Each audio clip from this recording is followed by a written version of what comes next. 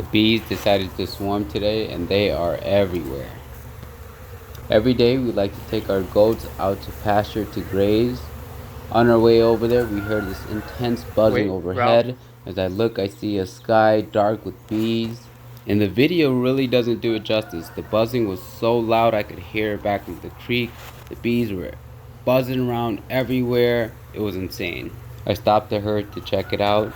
There were two swarms building up on the tree right next to the bee colonies. I rushed to put the kids back inside and the animals away, and I put on my bee suit and came back out to check out the scene.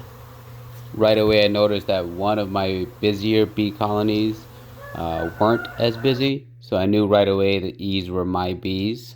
So bees swarm for a number of reasons. One, they could be getting too big for where they're living at now, so they'll make a new queen and take the old queen and split. Luckily for me, the bees didn't end up far. Here I am working on the first swarm. I was able to get it down. I transferred it into a bee nook. Here's another look at the second swarm. It's a little bit higher, a little bit trickier to get down. So while I was figuring out how I was going to get that down, I put the first swarm into the extra box that I had. This is pretty neat. You can give them a little gentle tap and they'll all fall in. The bees are generally pretty docile, but when they're swarming, they're especially gentle, just because there's really nothing for them to protect and their main priority is to find a new place to live. I know we've all seen those very popular videos with people just reaching in with their bare hands to grab it. Here you see me with my gloves on.